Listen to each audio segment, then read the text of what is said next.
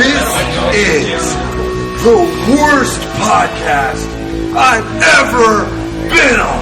These guys are shit. It's true. It's true. This podcast is a member of the Place to Be Nation family. Visit us at placetobenation.com, the only place to be in your pop culture world.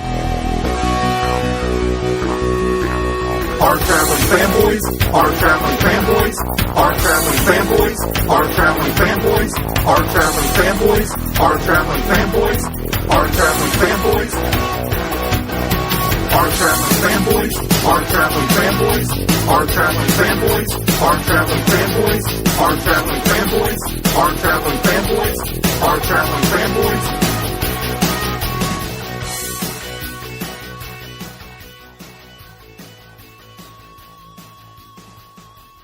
Welcome, ladies and gentlemen, once again to the L-shaped studio in Ho-Ho-Loon Plaza in beautiful, serene Vancouver, British Columbia, Canada. I am Greg Phillips. With me, as always, is Nick Duke. We are the longest-running, weekly episodic comic book podcast in all of Place to Be Nation. Now, Greg, let me ask you, what is the subtext of our catchphrase? Well, I feel like it's really speaking to the nuance and the political dichotomy that exists between the ruling class and the proletariat, going back to socioeconomical struggles and debates that have been held for centuries. Yes, quite. We are the hard-traveling fanboys, ladies and gentlemen, and we are bringing you what I believe is our third episode today of Fix It or Nix It. But before we get into Fix It or Nix It, we actually are presenting to you a very special episode of the hard-traveling fanboys. And no, we're not going to lecture you about the dangers of illicit drugs. We're not going to talk to you about why you should never take candy from a stranger, although it's generally a good idea. What we're here to talk to you about is our weekly look at the news and notes in the world of comics. Ladies and gentlemen, we are starting off with a very special edition of the Rundown. Welcome to the Rundown. That's right, folks. We are flipping the script on this episode because we have late breaking news. Right before we were getting ready to go into the studio today and record our show, our program, if you will, we got amazing news. Got to give credit to the manager, Todd Weber, for making us aware of this in a timely fashion. But as some of you know, the HBO Max streaming service is the big project coming out of Warner Brothers. I'm not sure if they've unveiled the release date for this yet, Nick. I'm not 100% sure on that, of when the app is gonna be launched or anything. But we got, for the first time, but they guarantee today that you and I are going to be day one subscribers. Oh yes, because the big news is big news coming out of here. Greg Berlanti, who is the executive producer and creator of shows such as Arrow, The Flash, Supergirl, Batwoman, Legends of Tomorrow, Titans on DC Universe, among other shows, is going to be executive producing 2 DC Comics series for HBO Max, one of which is an adaptation of Strange Adventures. And that's great. That should be a really fun series. It's going to be an anthology show, apparently. Yes. It's going to feature different heroes throughout the DC universe, so we'll probably get to see a lot of quirkier characters that have never made the leap to live action. I'm thinking, stuff like Deadman, maybe the Spectre, who we are going to see in Crisis, but different characters in that ilk. So I'm excited about that. Absolutely, but that Adam is certainly Strange, not the big news here. Berlanti describes it as an anthology series of cautionary tales set in a world where superpowers exist. So we are going to be able to see a lot of the vigilante people like that, who else might fall into this realm of you're never going to see a big property about them, but they would fit in well here. Characters like Blue Devil, sorry. Yeah, Blue Devil. that Detective Chimp. Detective Chimp, absolutely. Although I would be surprised if they don't wind up doing Detective Chimp on Doom Patrol at some point. Having not seen the show, it just seems like that's a natural fit. He would fit in well on the show for Soyton. And then characters like the Sandman and Hourman and people like that. A lot of opportunities here. But let's get to the main event. The reason we decided to flip the script on this. An announcement, Nick, that we have talked about in the past as like a dream project, but we never, ever thought would actually happen. Well, not just that, but like when we would talk about it as a dream project, we would say things like, as great as the CW shows have been, we didn't really want the CW to do it because of concerns over budget and special effects and that thing. We would say, man, it would be great if somebody like AMC would do it. And I don't think we ever, the idea ever crossed our minds that we might be shooting a little higher than even AMC for something like this. Yeah, so the announcement is that Berlanti will be overseeing a Green Lantern series at HBO Max. And from reading the trade publications about this, the indication is that it's going to have a substantial budget. So, yeah, go ahead. Basically, Variety is reporting that that Warner Brothers and HBO and Warner Brothers or I guess AT&T at this point. I'm not even sure what the corporate structure is, but the point being, the corporate leadership has taken note of the production values that Disney is pouring into its Disney Plus offerings, whether it be stuff like The Mandalorian or the various MCU shows that we all know are coming. And they are intending for these original DC offerings that are going to be streaming on HBO Max to be the answer to that. That they are intending to give a sizable financial commitment on the level of The Mandalorian or the MCU shows to these DC shows. Yes, and Nick and I, on these very airwaves, have discussed in the past that we only wanted a Green Lantern show to be done if it could be done right. And our huge concern was the budget. And combination of Berlanti, who has shown a love and an appreciation of DC characters and an ability to translate those characters to the small screen. But when you combine that with the ability to do a budget, and I'm thinking, Nick, imagine if this show has anything even close to even the season 1 budget of Game of Thrones. It would be amazing. And one of the other articles I read said that Berlanti, it specifically said in the article that Berlanti has not had a chance to do a, quote, big budget comic book show. So that would include the CW shows as not having big budgets, and even Titans and Doom Patrol as not having big budgets in comparison to what they envision Green Lantern to be. Nick, this is pretty much I don't even know, a defibrillator of sorts on a shocking our very system, if you will. This is unexpected, to be sure. And now I find my mind just swimming with possibilities of where they could go, the direction they could take. Because the brilliant thing about them doing Green Lantern is this. If you want to draw the Game of Thrones comparison to where now they are trying to actively develop spin-offs of Game of Thrones, not because of just the success, but because the world is so expansive and there's room for it. Of all the properties in the DC universe, Green Lantern is the one that you can absolutely do an expansive, deep universe. Like, it really is a universe unto itself within the DC universe. You can do anything with this. I mean, legitimately, Greg, you can sit here and say a Green Lantern show. I think you could have 8 legitimate choices for a lead character. Yeah. I mean, just you go so deep here, and there are so many opportunities. I can't wait to see what their take is and what in the direction they want to go. They could very easily go anthology style, although I kind of hope they do a little bit more of a serial approach. But we'll see. I mean, it's very, very exciting though. One of the things we were talking offline, kind of joking about ironclad contracts for the actors, like lock them into. We're going to want 15 seasons out of this minimum. Lock them in there.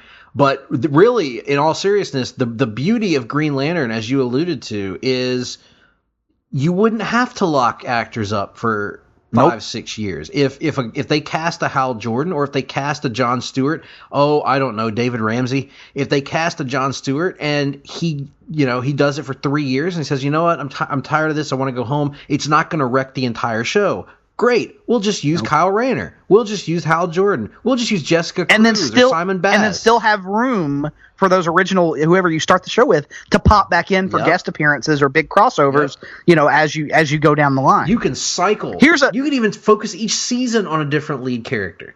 I was about to say, here's a crazy idea. What if Sinestro's the main character of the first season? That would be awesome. That would be... because then you would get to really see the entire fall from grace, how he exploring the idea of how he becomes disillusioned with the Guardians. I mean, infinite numbers of approaches you could take with this, and that's to include the possibilities of a loose tie-in to the Arrowverse via John Diggle, right? So, or John Stewart, as they would probably go with. I mean, there are just so many possibilities here. Kilowog and Jessica Cruz and Simon Baz and Guy Gardner. Guy Gardner, Nick. Guy Gardner. My lord. What a world we live in. They should get Bill Burr to play Guy Gardner. I actually can see that. He is from Boston, too. Yes. Or from the north. He's from Boston and Guy's from Maryland, so not too far away. Yeah. Right. Well, we've just offended our entire Northeastern contingent who was screaming about the difference between Boston and Baltimore. Now I have it on good authority that Sex Ferguson used to sell out Baltimore back in the day. I heard that too. Now he wasn't working for Watts in those days, though. No, he wasn't working for Watts. That would be when he was making the Crockett run. Oh no, that would have been when he was working in Tulsa, out in Texas and Oklahoma area, trying to run against the Blanchards. No, I'm saying in Baltimore he would have been working for the Crockett's. Oh yeah. See, I thought you were saying that the Watts run and the Crockett run would have been the same, but you weren't. I got you. I follow you. But hey, we got more news, Nick. Because while this is the big news of the week, and this is really why we started the show this way, we've also got news from the Arrowverse. Because in addition to the Arrow spinoff that we've been talking about for weeks, there's a new report out that Warner Brothers Television is developing another Arrow spinoff centered on Tyler Hoechlin's Superman and Elizabeth Tulloch's Lois Lane for the CW. Titled Superman and Lois, the show will follow the world's most famous superhero and comic books' most famous journalists as they deal with all the stress, pressures, and complexities that come with being working parents in today's society. So that pretty much confirms that we're going to be getting... also, former Flash showrunner Todd Helbing will be heading up Superman and Lois and writing the pilot script. So we're going to be getting John Kent brought to life, and a superhero show about working parents, which is pretty freaking cool, Nick. Yes, it is. As even someone who's not the world's biggest Superman fan, nor was I the biggest fan of the Lois and Clark approach from the 90s, the idea of exploring superhero parenthood is something that even I must cool my Superman hating heart towards and acknowledge this is a great idea and I'm kind of excited for it. Yeah. Also, it shares a lot of similarities with the Superman comics that you actually did like from Rebirth. Yes, from Rebirth. Yes, and it represents also the greenlighting of the show represents something of a monumental decision as it relates to the CW's relationship with Warner Brothers Corporate, because for years, Greg, Superman and Batman and the quote big screen characters were considered to be off limits, and we were only going to get Superman in very limited guest appearances on Supergirl. Now we're getting an entire Superman show. I think they are finally starting to realize that there's no harm in having a television version and then doing a separate movie version if you so choose. Yeah, and we're even getting Bruce Wayne as a recurring character on Titans. We're getting references to him in Batwoman. So yeah, I was about to say, I think this demonstrates that it's a matter of time before we have to get a Bruce appearance on Batwoman. Have to. And hopefully he's not like 60 like he is in Titans. Well, I don't know. It's neither here nor there. But, this is exciting. This is very exciting news. I can't wait for this show to happen, and I like what it represents in terms of the change to the approach to these flagship characters. Not that we need a 1,000 Batman and Superman shows and everything, but to have those characters in play helps everybody, and it helps these other characters they're trying to elevate as well. So, with that being said, one of those characters they're trying to elevate is Batwoman. And the CW has ordered 9 more episodes of Batwoman, bringing the first season up to 22 episodes. So only 3 episodes have aired, and the DVR and streaming viewing is particularly strong, according to Deadline, showing growth among the 18 to 34 demographic. We're hearing so much, Nick, about the demos these days. I feel like I've never heard as much about the demo as I have in the last, month since Dynamite and NXT launched. But anyway, Batwoman is going to get a full season out of this. Now, I hope that Ruby Rose has recovered from her injuries that she suffered, which I don't think we actually talked about on the show, but she suffered some back injuries, I believe. She has recovered. She's just going to cut back on her stunt work, she said. And rather than doing a lot of the stunts herself, a la Stephen Amell, she's going to basically pick her spots and utilize stunt doubles, which makes sense. Yeah. Stephen went pretty hardcore, especially in those early seasons. It just reminds me of one of the great, you're not going to hear this sentence uttered by too many people, Nick. One of the great Horatio Sands impressions of Vin Diesel. I do all my own stunts. But you don't remember that, do you? Oh, well. No, I don't. Horatio Sands. He had some good stuff, Nick. That and no, too sexy. That was good, too. Okay. Okay.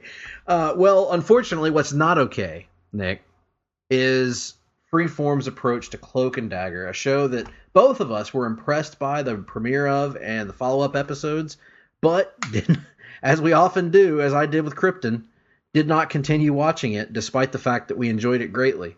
And as a result, what do you know? The ratings were poor and the show has been canceled. I don't know that this is necessarily due to the ratings, though. Oh, tell me more. Well, you got to remember, with Jeff Loeb departing as head of Marvel Television, if I'm not mistaken, this was going to be their only live-action show remaining, because Agents of S.H.I.E.L.D. was already confirmed to be ending. And most people believe they are just going to sweep all the live-action television now into the MCU under the direct supervision of Kevin Feige. And so I think this is more of an example of them just kind of quietly picking up the pieces and putting them back in the toy box for Feige. True, although it does say that the characters of Cloak and Dagger will appear in an episode of Runaways on season 3 on Hulu, so who knows? But I believe that's ending I too. believe that. Yeah, that is ending as well. But it's a shame. The one thing that sucks about this is nobody I mean, let's be honest, Nick. Nobody has ever cared about Cloak and Dagger. And this show did a lot to change that. I think the show did find a cult following, certainly on social media and things like that, and the leads were very good in this. So I would hope that if Marvel does incorporate these characters, that they would consider bringing in these actors based on the work that they've put in. But we'll see. We'll see how that goes. And we'll also see what comes next on the show, because that's the end of the rundown. Now, Nick, we made this sort of format change right before we went to air. How do we want to approach this? We want to go right into read and watching? Do we want to right into reading and watching? Okay, well, we'll do read and watching, then we'll take a break, and then we'll do the rest of the show. All right. Well, that's fine by me. Well, ladies and gentlemen, what we have coming up is a segment where we talk about what we've read and or watched in the last calendar week. It's a segment that we like to call, let's be honest, we call it Watching. Watching.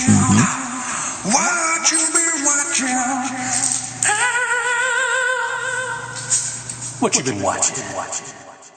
Although, if you're looking for reading material, may I suggest Arnold Schwarzenegger and the movies. It is a analytical study of the academic nuances behind Arnold Schwarzenegger's entire film catalog, and it provides excellent reading.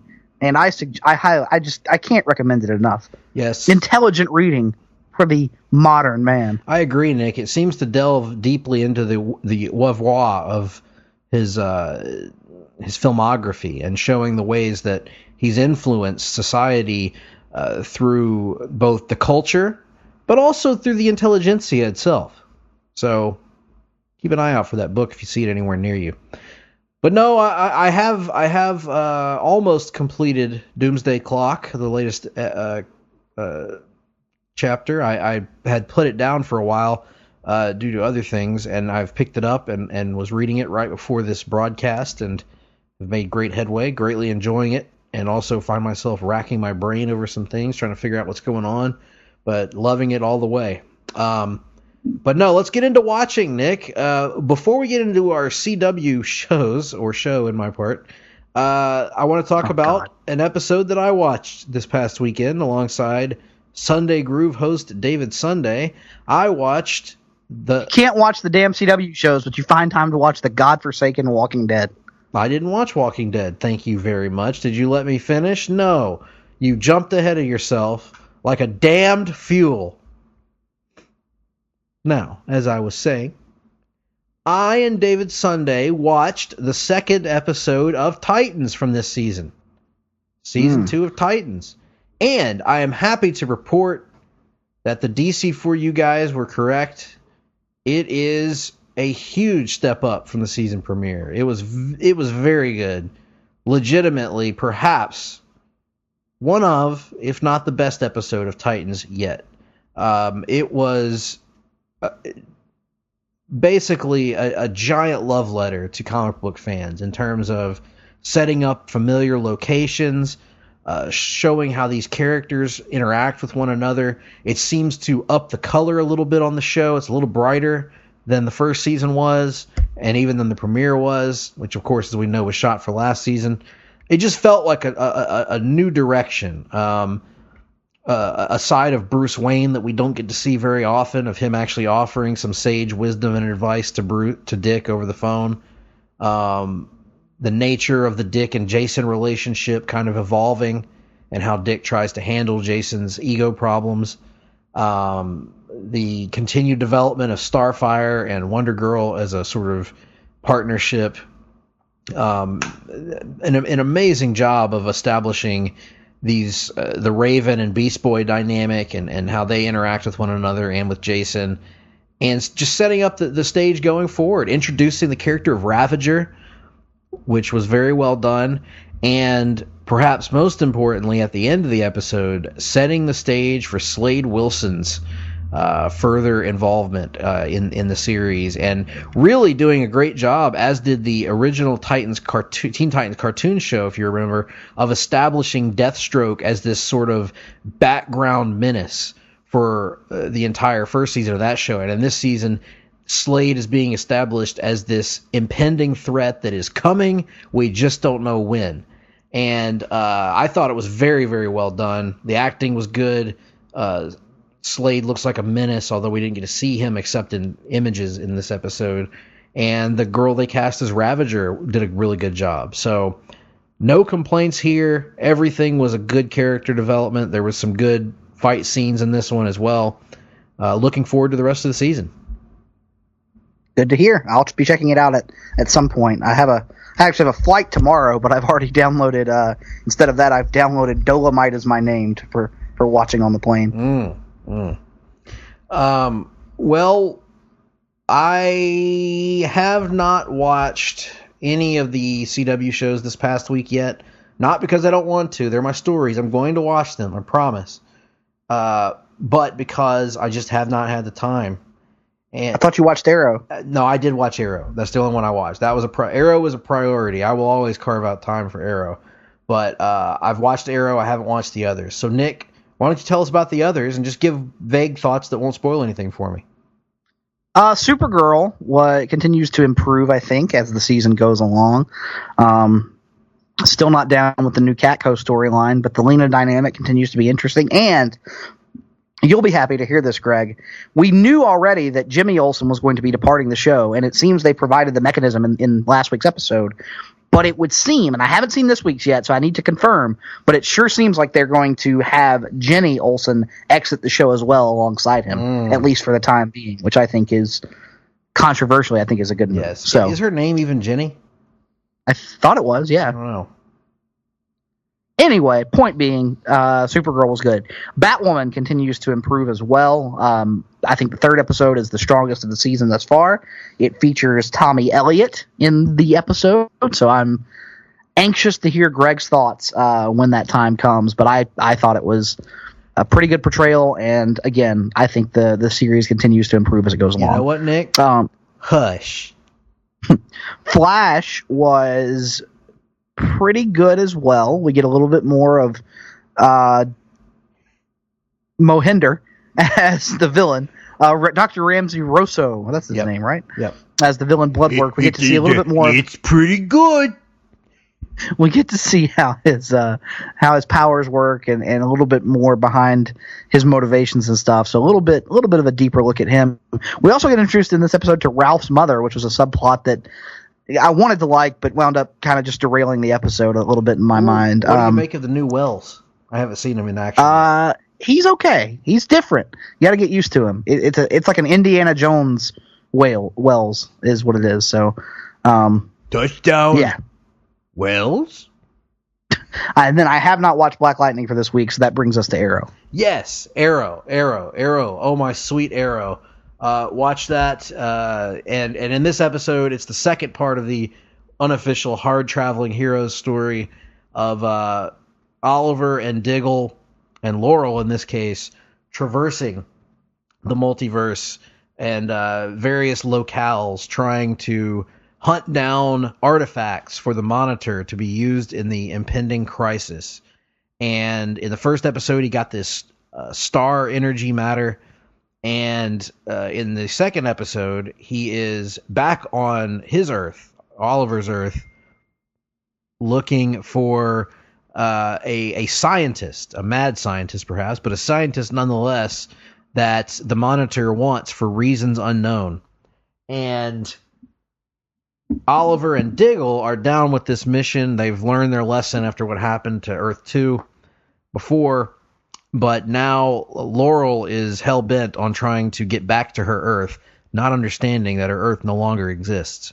Lila comes into this episode as well and plays a pretty significant role by the end.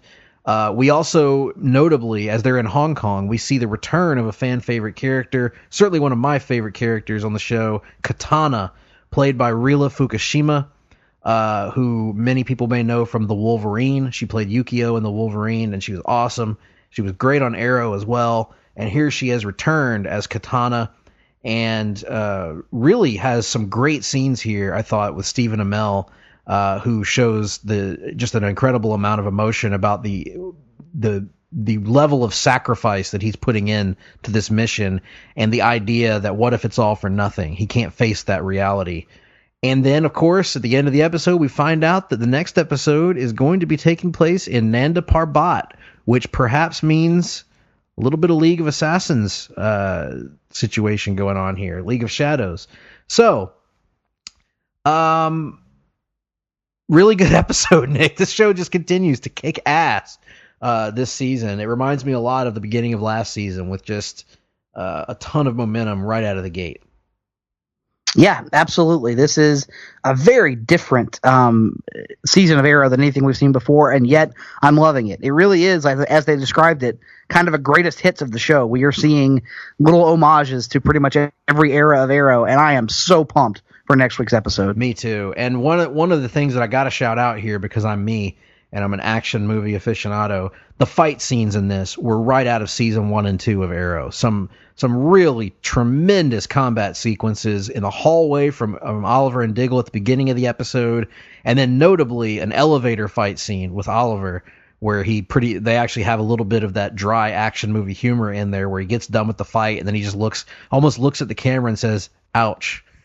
And just really good stuff there. Great choreography here. Whoever's doing the stunt coordination in this episode was excellent. The fight between Katana and China White, who also returned in this episode, was really, really good. And yeah, I thought it was a fantastic episode. So excited for Nanda Parbat to see what comes next. Maybe even a return in some form or another of Ra's al Ghul. We'll see, maybe. Touchdown, Bills.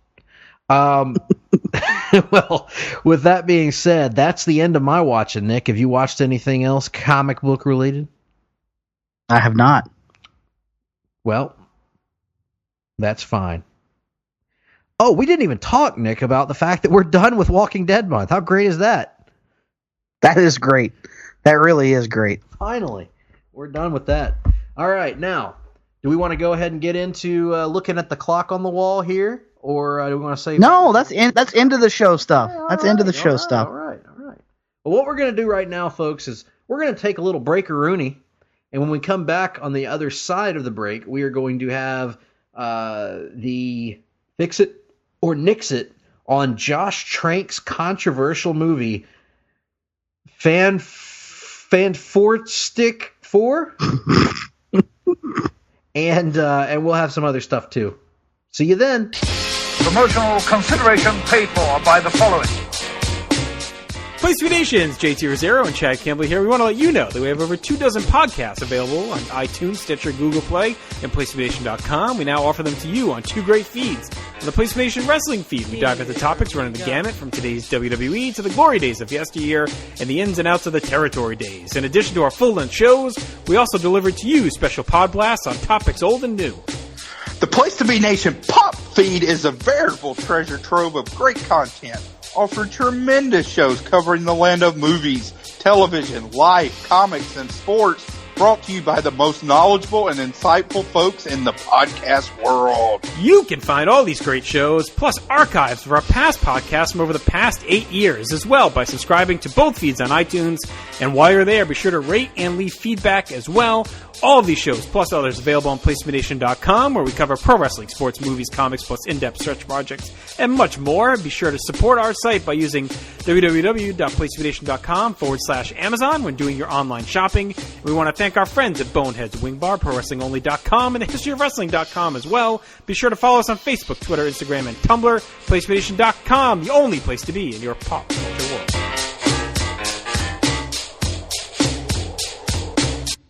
And we're back, ladies and gentlemen. God almighty, here we go. Greg Phillips here, Nick Duke, and listen, Nick, pretty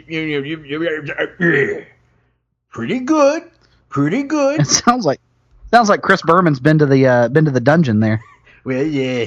If you wanted to try me, Reg, why the hell didn't you try me? I don't know why I make Stu sound disadvantaged.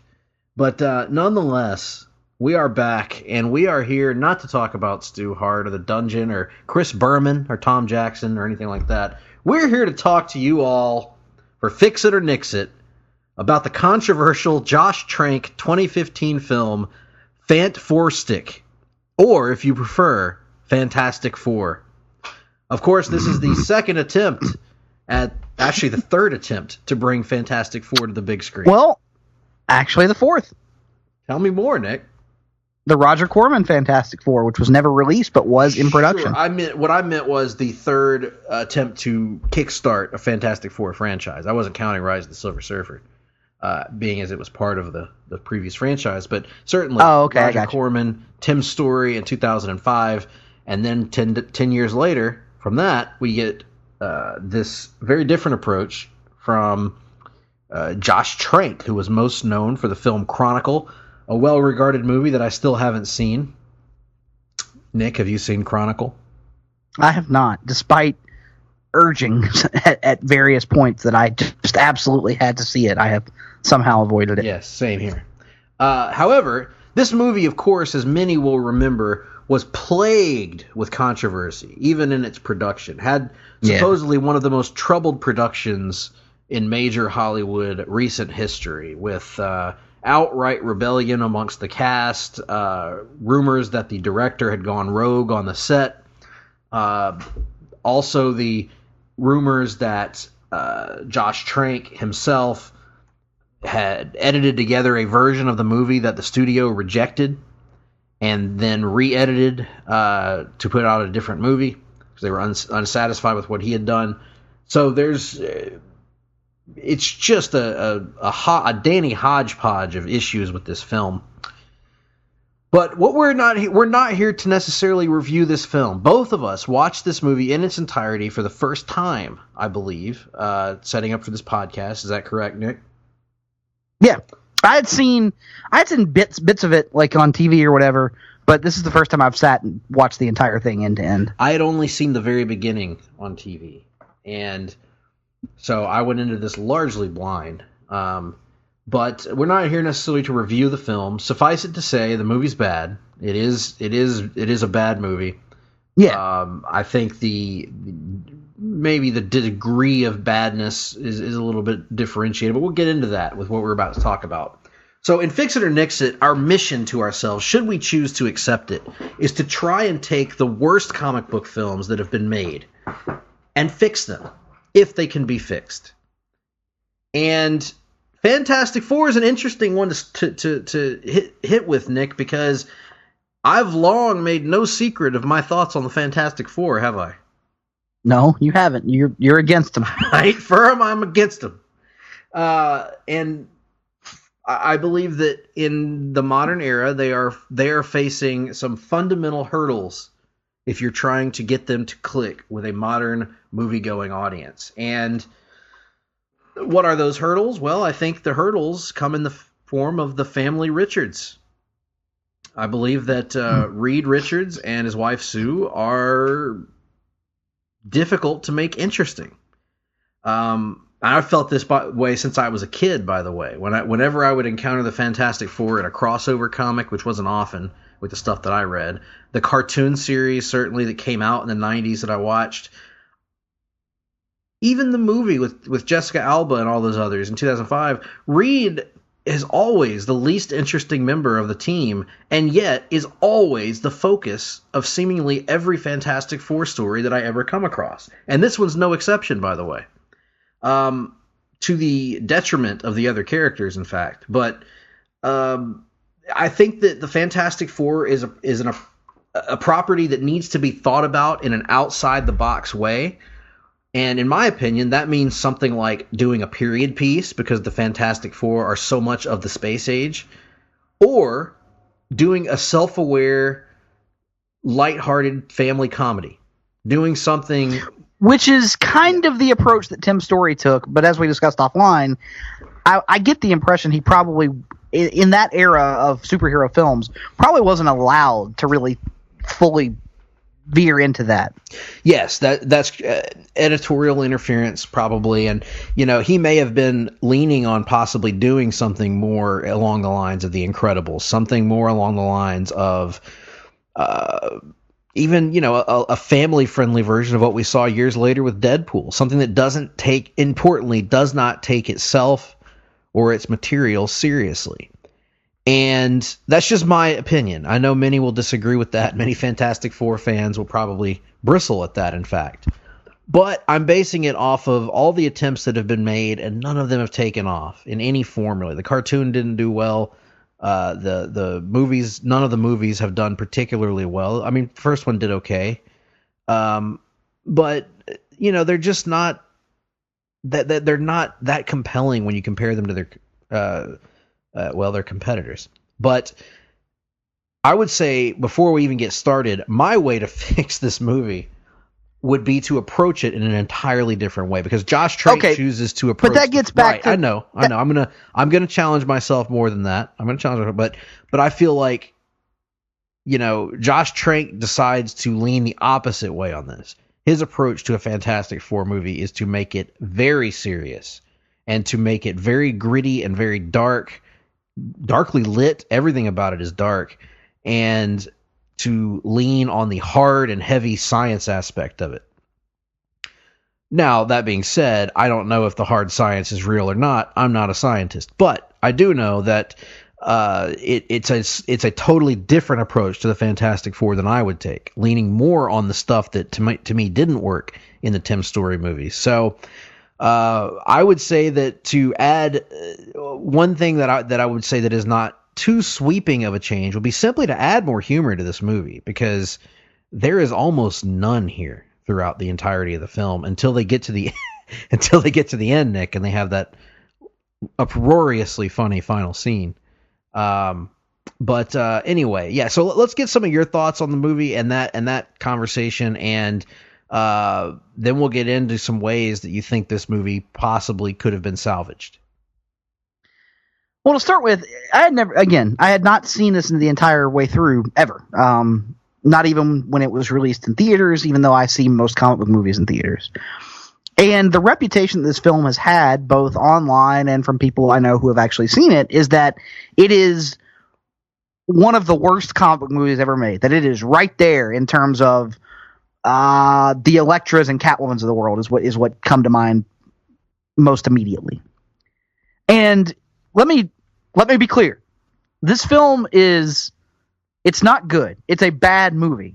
That being said, I did not find it as unwatchable and as bad as I had been informed that it was. And perhaps that is just an example of expectation affecting perception. But I feel like there are moments of this movie where I can kind of see what the approach was intended to be, even if the execution is piss poor throughout, and especially in the form of editing the film, which I think is going to represent the biggest opportunity on the fix-it side of this as we move into that discussion. Yes, and it's interesting because I thought the film was worse than you did but I already went in with my Fantastic Four bias. Also, I thought the editing here was even more egregious than the bad editing in Green Lantern, and it outright broke whatever elements of the movie did work for me. And there were some, not many, but some elements of this movie that worked for me. So let's start out with the cast. We have a not terrible cast here, pretty good actors on here. We've got the likes of Miles Teller as Reed Richards, and he's fine. Michael B. Jordan as Johnny Storm. He's actually probably the highlight of the movie for me in his brief. But not in it enough. Yeah, oh my God. Because everything's about Reed. The whole movie, they might as well rename this Mr. Fantastic the movie, because that's really all it's about. Then you've got Kate Mara as Sue Storm, and I didn't think she brought a lot to the table in this. And Jamie Bell as Ben Grimm. And I don't blame the actor here, but my God, this is not... In the comics, Ben Grimm is probably the most interesting member of the Fantastic Four to most people. And here he is probably, other than Reed, the least interesting member of the team because he doesn't have a personality to speak of. Yeah, I would agree. You also get Toby Kebbell as a very unique version of Victor Von Doom. And Reg E. Cathy as the somewhat creepy Dr. Franklin Storm. And let's not, he's not going to probably... I liked that. I did too. I don't know. I did too. I thought Franklin was the most interesting character in the movie, honestly. Yes, and had some of the only good scenes in the movie. But I can't finish the cast yet without mentioning Delmar himself, Tim Blake Nelson, in the wasted role of Dr. Harvey Allen. Yes. For those that don't know Tim Blake Nelson, just go watch Oh Brother, Where Art Thou and thank us later. He's done other things, but that's really what we need to focus on here. The important thing that he did was he played Delmar. He was going to be the leader, but then Edward Norton and Marvel got pissed at each other, and that wound up not happening, but that's Just another remember, story for another time. Oh, George, not the livestock. The livestock. Sir, some of your folding money's come unstole. Oh, boy. Why don't the Coen brothers do a comic book movie? Oh, they should. Anyway, no, so looking at this cast, Nick, before we get into the elements of the story that you could change or that I could change, anything you would change about this cast? Recast the Thing. But well, it's like you said, how much of it is the actor's fault and how much of it is the script's fault? Because even if they got a better actor, could much have saved this particular incarnation of Doctor Doom, for example? I don't know. So I find it hard to take much exception here with the cast. I tend to agree. I for what it's worth, as boring as and I'll go with you that Reed Richards is a fairly boring character. I thought Miles Teller busted his ass to make that character far more interesting. In the hands of most other people, it would have been even worse. I thought he did as good a job as he possibly could have. He tried to add some elements of pathos to the role. Yeah, some pathos and kind of like this aw shucks boy next door. He tried not to overdo it with the ego, which I think is arguably the worst trait of Reed Richards in many of his comic stories. he kind of underplays his self confidence and stuff here, which kind of works. But he can only do so much with this script, because the movie really, like, editing is an issue, but I don't know that pacing is an issue, because if anything, I think it tries to get to things too quickly. It moves too quickly. I was about to say the same thing. This movie in here's the other thing. The pacing issues come in because they spend entirely too much time on the people on Reed Richards, Johnny Storm, Sue Storm, and Ben Grimm before they ever become the Fantastic Four. Most of the movie, in fact, Nick, is spent on them before they become fantastic. And in, again, dealing with some characters that are not very interesting to start with, that's an uphill climb. I don't care if you're doing an origin movie. That's an uphill climb when more than 50% of the movie is them not even being established yet. You can get away with it in some cases, but really, if even the great origin movies and comic books, we tend to get to them as their characters fairly expediently. When you take this much time, you're flirting with disaster, as the Molly Hatchet song says. Because then you have to rush the back half of the film, which is, if you're going to do an origin movie, you kind of follow that classic setup of the first half is really the origin, the back half is where the action gets going. And here, when you do that, you're left with very little real estate for the actual action. And as far as action goes in this movie, there's practically none. I mean, there's one very, very brief fight scene with Mr. Fantastic against the military in the woods.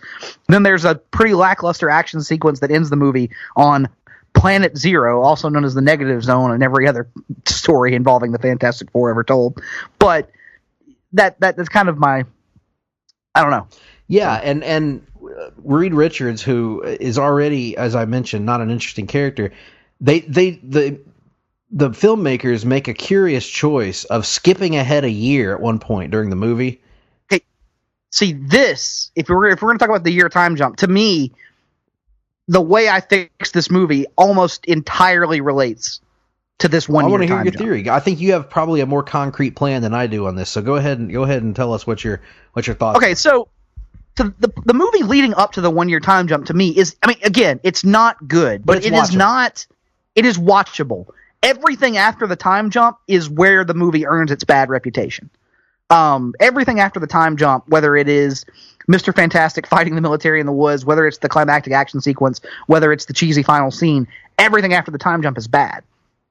So when this movie was being made, and you would read interviews with Josh Trank or with the producers or whoever, they talked about how they kind of wanted to take inspiration from David Cronenberg and do a little bit of a body horror twist on the Fantastic Four, which, while it sounds silly, given your thoughts on Fantastic Four being primarily a comedic concept, there is a hint of that in early Fantastic Four comics, of them having to cope with the idea of like how much they've changed and how that affects their lives. This movie, despite them promising that in interviews and in promotion, really robs the movie of all of that by utilizing the 1 year time jump. Because pretty much what happens is the accident happens, they come back, they get their powers, and we go straight into the 1 year time jump. So instead of seeing them dealing with their powers, trying to figure out how it all works, instead of seeing Ben Grimm work through his new appearance, the movie jumps forward a year and hits this magic button of just, well, now everybody has their powers and knows how to use them, and they all have their dynamics established. Which, to me, if you're going to fix this movie, you can pretty much do it the exact same way. There are a couple of changes I would make. One, in this film, they gain their powers because they go rogue and make this mission to Planet Zero when it sounds like they're going to get edged out a little bit. And the people who go to Planet Zero are Ben, Reed, Johnny, and Victor Von Doom. Here's what I do. There is no reason to not give Sue Storm the agency enough to go on that mission with them, to make that decision and be complicit in it, and to have her actually go there. That felt a little bit betraying to the character, honestly. Like, she needs to be right alongside the others and not just kind of, because I was confused when it happened. I was like, well, how did she exactly get her powers then if she wasn't there? Did that make any sense to you? Only insofar as when they get back, there's this big explosion of energy, and the energy wave washes over her, and the presumption is that the energy wave had elements of Earth Zero that gave her powers. But I totally agree with you. I thought it was weird. I didn't get it. I didn't know why she wasn't going with them. Particularly, what was then the point of the early scenes in which Reed and I guess it was supposed to be scenes of Reed and Sue bonding when that doesn't really ever play a role? Play in, right. But they did it because they felt like they had to because of the source material. But anyway, so first thing I would do, really, I mean, like, I would probably cut a little bit off of that opening sequence with the kid stuff. Yes. Like, it's okay, but you could cut it in half. And it's probably too obvious. Like, you get the idea very quickly. So all this and the stuff with Ben being bullied by his older brother doesn't play a factor in the movie. So cut that. Or if you're going to have him being bullied, have it actually be the Yancey Street Gang or something that, you know, is a common feature of the comics. Anyway, but yeah, cut that opening scene a little bit. The stuff where they're at the Baxter Foundation, I mean, it's okay. Like the Victor stuff, you'd have to rewrite the character from the ground up. So I'm going to approach this as if this is just we're dead set on using that version of the character, and here we go. Anyway, I agree. The stuff at the Baxter Building to me is probably my favorite stuff in the movie. Like when they were there before they built the machine, probably the best stuff, and kind of establishing how frustrated Victor is at being manipulated by the Tim Blake Nelson character and people like that. So here's what happens. They have the same scene where they get told, hey, we're going to send NASA in now. You guys are off the project or whatever. Instead of Victor, who completely out of character, wants to bond with everybody by going drinking, let's have Victor storm off. Let's have the four who remain, you know, let's have them go on the rogue mission into the Phantom or into the negative zone. They come back, they've got their powers, and when they come back, Victor is returned. He sees them go, and he's like, wait a minute, you did this without me, and he decides to go by himself. And then when the machine comes back through, Victor's not there anymore. And so you kind of have this mystery of what happened to Victor. And then what I would do is, we don't see Victor again the rest of this movie at all. What happens from there, for me, is instead of doing the 1 year time jump, they have to deal with that whole like experience of having of learning how to use their powers. And by doing this, we also get to see something that is not in the movie at all. We would get to see an actual dynamic develop between Johnny Storm and Ben Grimm, which is honestly the most appealing thing about the Fantastic Four as a family dynamic is those two, you know, the bickering uncles essentially. We would get to see that. We would get to see Reed's guilt over Ben's appearance. We would get to see Ben's depression. We would get to see Sue trying to be the not quite the mother figure yet, but trying to be the person holding them all together when they're all lost in their own depression and self-involvement. And in the course of that, you can easily work in Tim Blake Nelson's character to want to send soldiers across to gain powers the same way they did. The soldiers come back, and there's your generic villain for them to fight in the final act of the movie. They finally come together, and you never see Victor again. You save Victor entirely for a sequel if it ever happens. And this way, the pacing of the movie is settled down a little bit. You get more of that body horror bent they were talking about. And I think you get more focus on the bonding of these four as a dynamic. Because really, by the end of the movie, I am not sold on these guys being a team at all. No. It doesn't really make sense. I mean, the take they go with is that Reed basically runs away from them for an entire year. They should all hate Reed, justifiably. And I don't think anything in the climax of the movie is enough to warrant an attitude shift in that. So, for me, delay the actual Doctor Doom villain part until a sequel, if it ever happens, and focus primarily on the Fantastic Four themselves in the back half of this movie. And if you want to tie it into a comic book villain origin, you could have like Tim Blake Nelson's character, as was originally rumored, send some soldiers across. When they come back, they're basically his minions or whatever. Like he's got some sort of mind control over them, and that sets up like a mole man type situation or whatever you want to go with. Puppet Master, I guess you could also do it that way. But yeah, I would. Everyone, Fantastic Four is a lot like Batman, or not like Batman, because Batman has a much deeper rogues gallery that makes it more frustrating, but everyone just wants to do Doctor Doom when they get the Fantastic Four, and I think a little bit of patience in that regard would have gone a long way for this movie. That's really good, Nick. That sort of revised script, if you will, rebooking the territory, which is really what ultimately my vision of this podcast series was, is sort of rebooking the territory, rebooking some of these movies to see how we can possibly fix them. And I think you did a very good job of that just now. Certainly better than I could do. I think if I were going to sort of do something a little bit different than what you laid out, I love pretty much everything that you laid out here. I think I can still work within the confines because I'm assuming the studio steps in and says, no, we need Doctor Doom. We're going to have Doctor Doom in this movie. So if you go with this version of Doctor Doom, which is, as we talked about, a flawed foundation, but let's go with it. You have one other thing on Doctor Doom before I move on. Part of the problem with this version of Doctor Doom, in addition to the characterization, is the power set they give him. So vague. He should just destroy. Yeah. No, he should just destroy the Fantastic Four, because basically they show him liquefying someone's brain with his mind. So, like, why should any of the four be able to stop him? It doesn't make any sense. He appears to be able to control all matter. He appears to be able to control... He's essentially Dr. Manhattan. Yeah, very much. And there's no way the Fantastic Four should be able to beat him. I agree. Especially when they have no teamwork experience together. They make this up on the fly after an inspiring speech from Reed on Earth Zero. But okay, I think first of all, I really think you need more time to tell the story. But if you're limited to the same runtime here, I think you add 30 minutes on to this runtime, and you could easily fill that out by adding characterization, added action, things of that nature.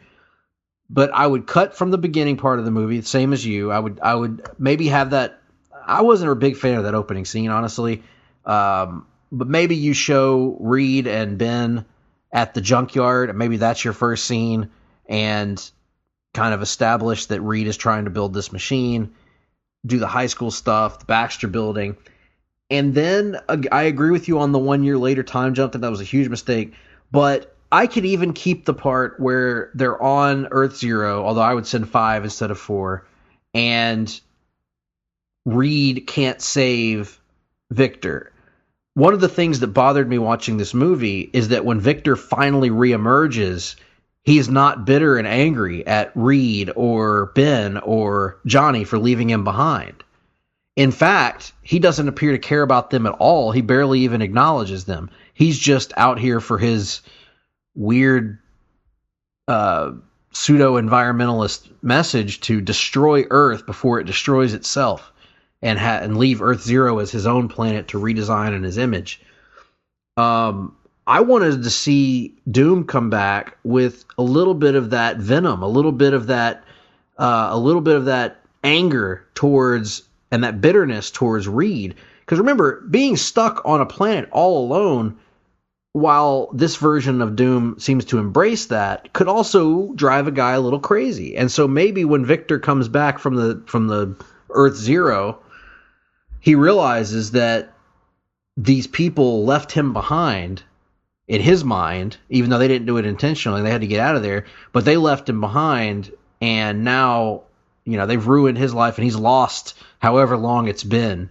They could even reveal that it's like the Phantom Zone, where time passes differently there. So while it's been a year for us, it's been 10 years or 15 years for Victor. And he's bitter, like that. And he hates Reed because of this. It gives a reason for the enmity, which I didn't really buy in this movie either. The sort of professional jealousy between the two of them. I didn't buy that when it came up at the end of the movie because I didn't think it had been well established. So I think, and then you keep the stuff with Doom in this version. It's still not going to be a good movie, but it can be an okay movie of Doom wanting to, wipe out the Earth and make Earth Zero his home or whatever. But, and then you need to have more time of the Fantastic Four bonding. In your version, Nick, what I like about your version is you could always do the post-credit scene that shows Dr. Doom in his full regalia, and that shows he's alive, he survived, that whole deal, to set up the sequel. So I mean, yours is better, but if I were going to do something different, that's kind of what I would do, just because I think one of the things that defines Dr. Doom, and I don't know much about the character, I've not read the Fantastic Four extensively, but it seems to be that a bitterness and an envy of Reed Richards has always kind of struck Doom, and I could see him both being upset that Reed left him behind and took years of his life away, and also maybe bitter that Reed's powers don't affect him as obviously as what happened to Ben and what happened to Victor.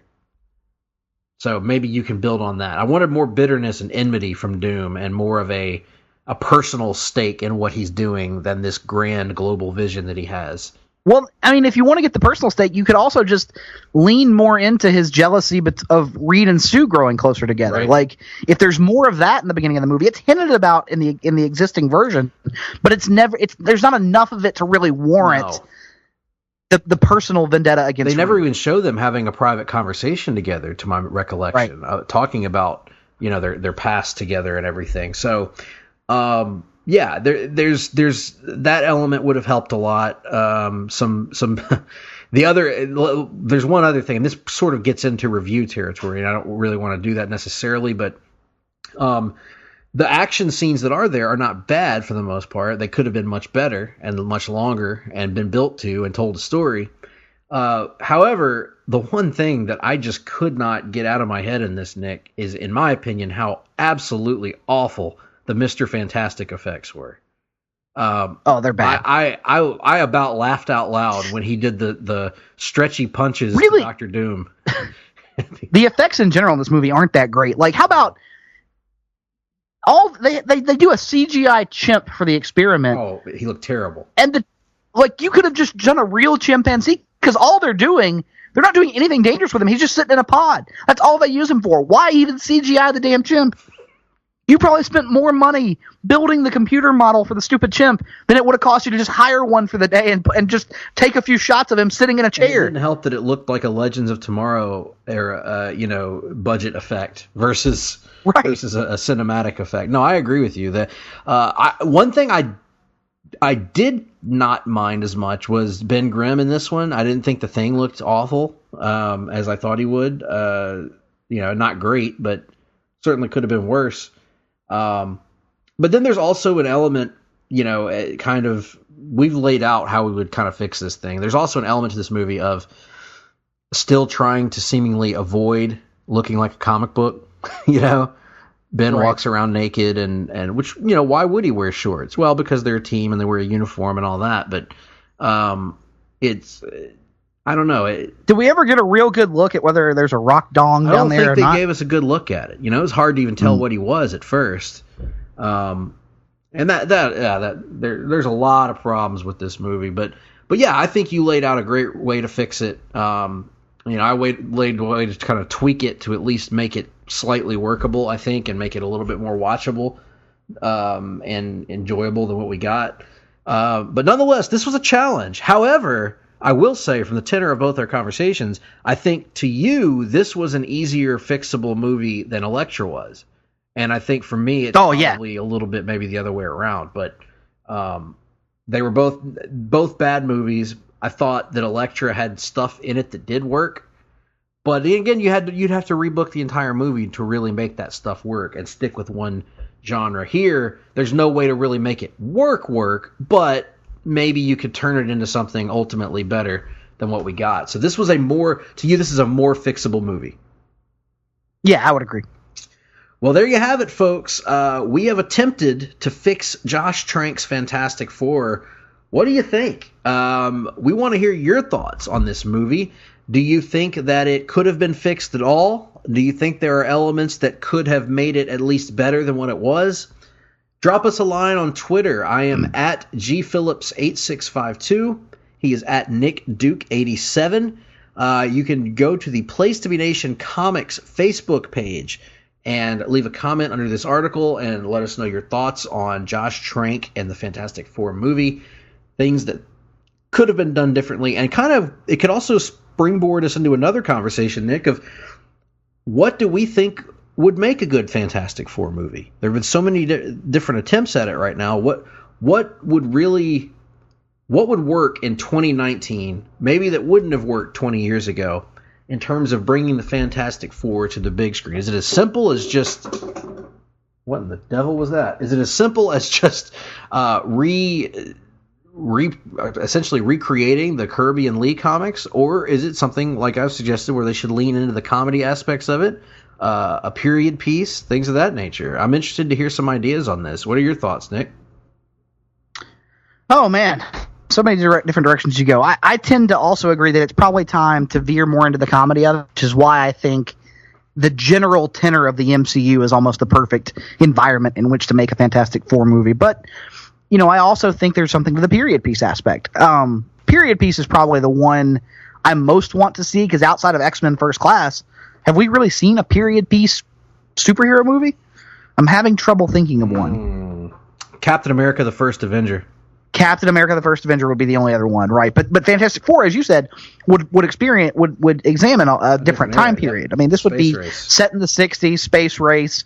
You could even knock it up a little bit and go, late 60s if you wanted to fit into that kind of flower power and hippie type stuff. I mean, there's all different kinds of approaches you could take with this, but I would say comedic period piece would be the one I would most want to see.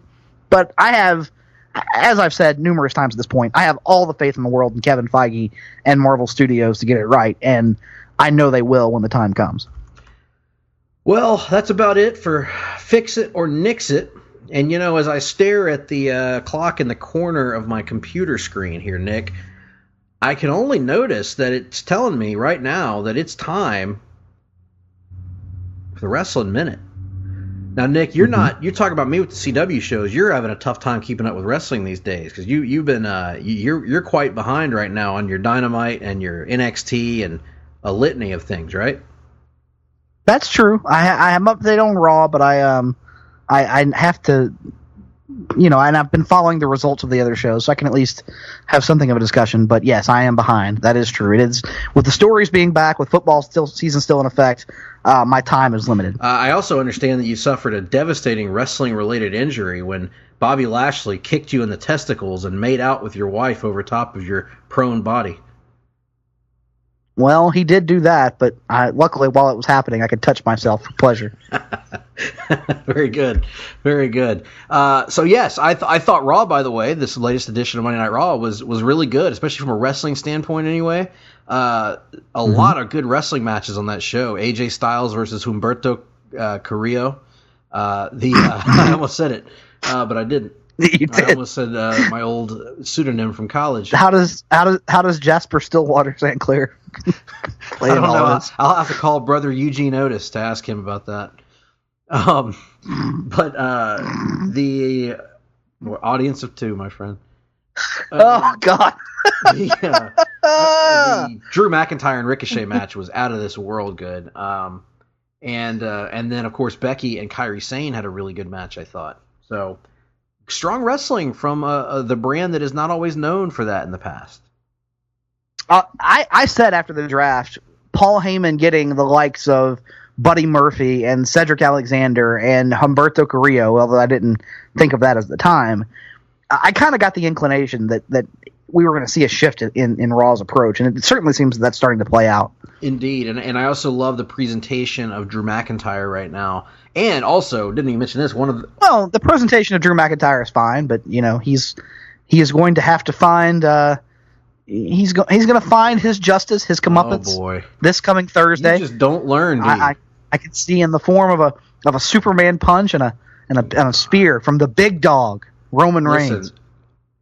I'm there. All I have to say about Team Hogan is when they get to Saudi, they're going down, and that goes for the big dog too, because I'm tired of looking at him.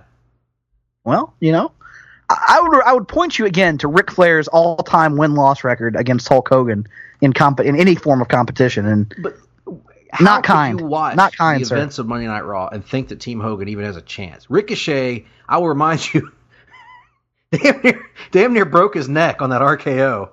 And may not even be fit to compete for all we know when it comes time for this show. Orton looks like the much more enthusiastic leader of his team. Big Dog's doing a good job. Big Dog put in a good effort on Friday night, by the way. Put out, got a good win for his six-man team.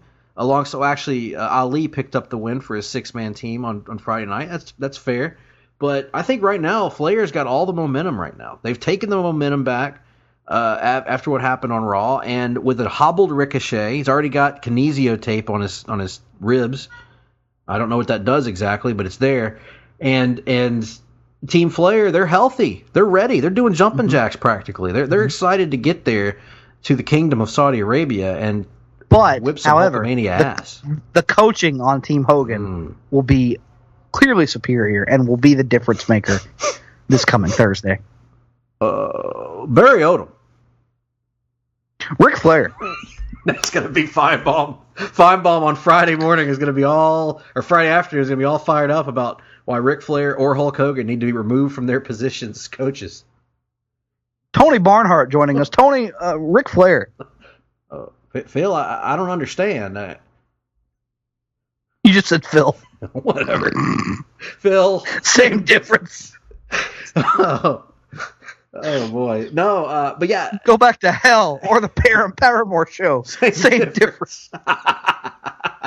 Boy, I would love to get Phil's wrestling takes on this Jordan Miles situation. Good God, the audience of two continues. All right. Well, the Dynamite was excellent, by the way, again last week, as was NXT.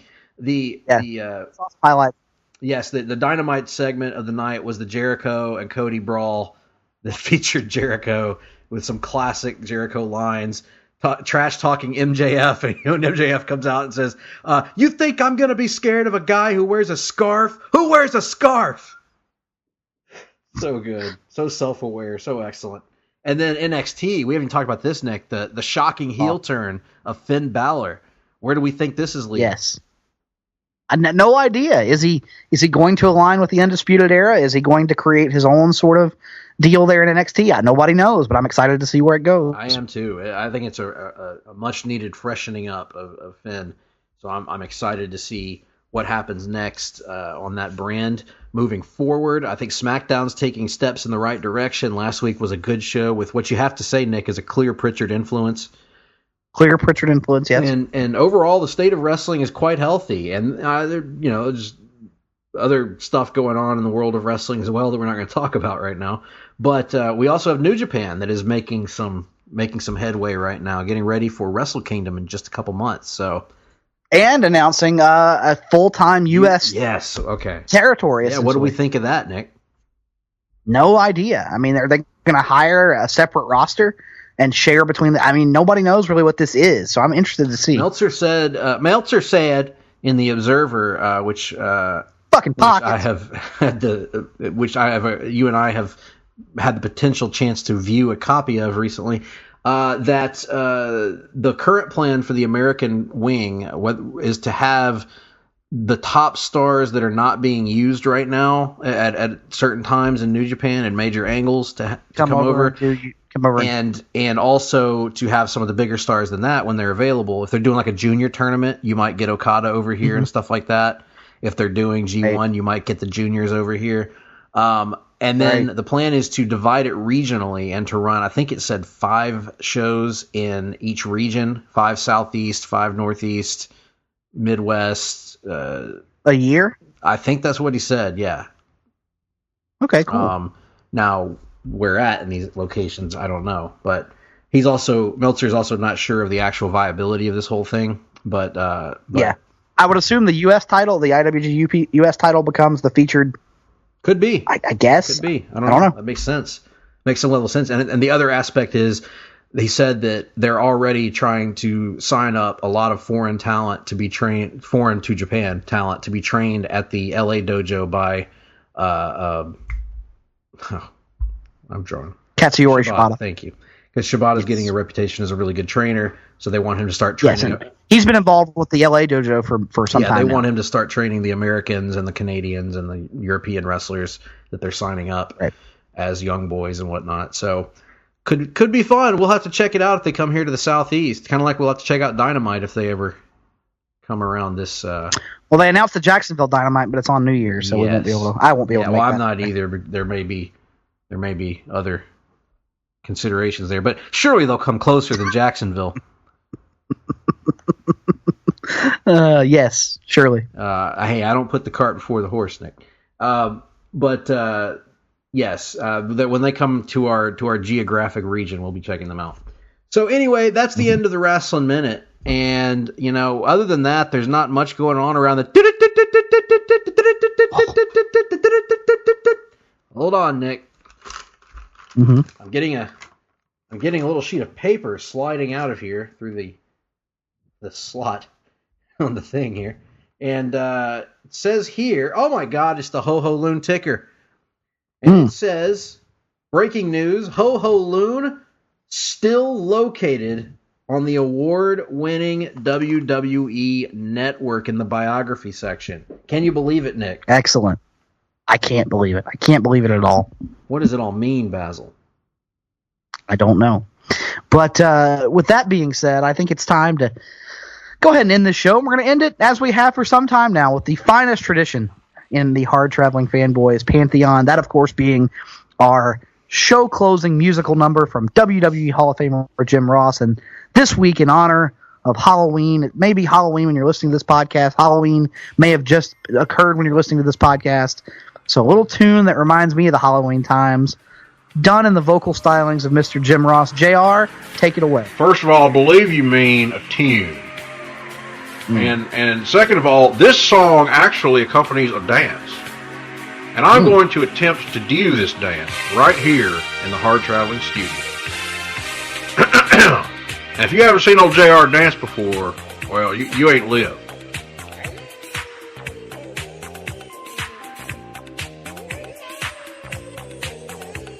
It is close to midnight, right here on TBS the Superstation in the WCW Power Hour. Something evil is lurking from the dark. It's the Dead Man. Under the moonlight, you see a sight that almost stops your by God heart. You try to scream, but terror takes the sound before you make it. You start to freeze as horror, the chamber of horrors, man, looks you right between your eyes. You're paralyzed. Because this is a thriller.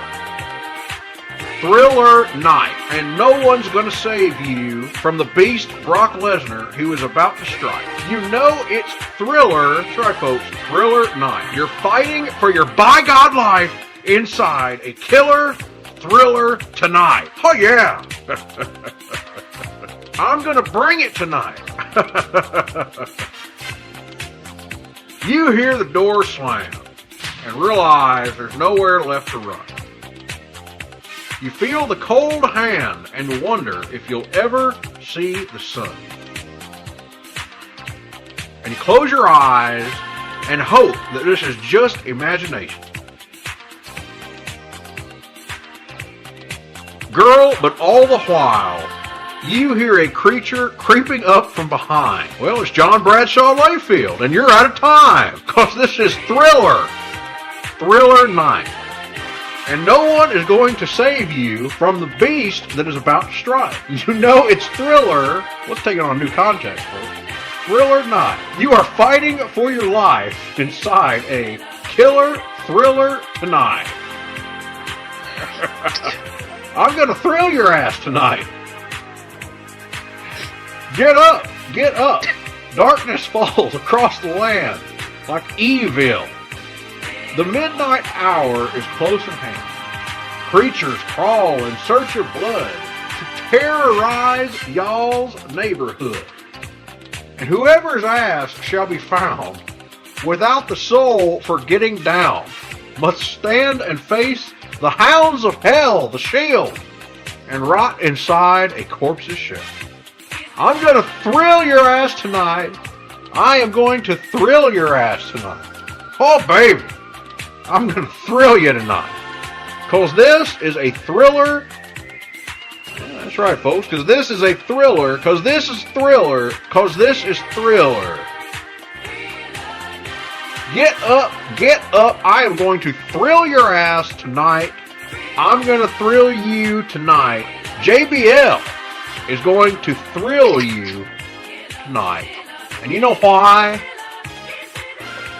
Because this is Wrestler's Court.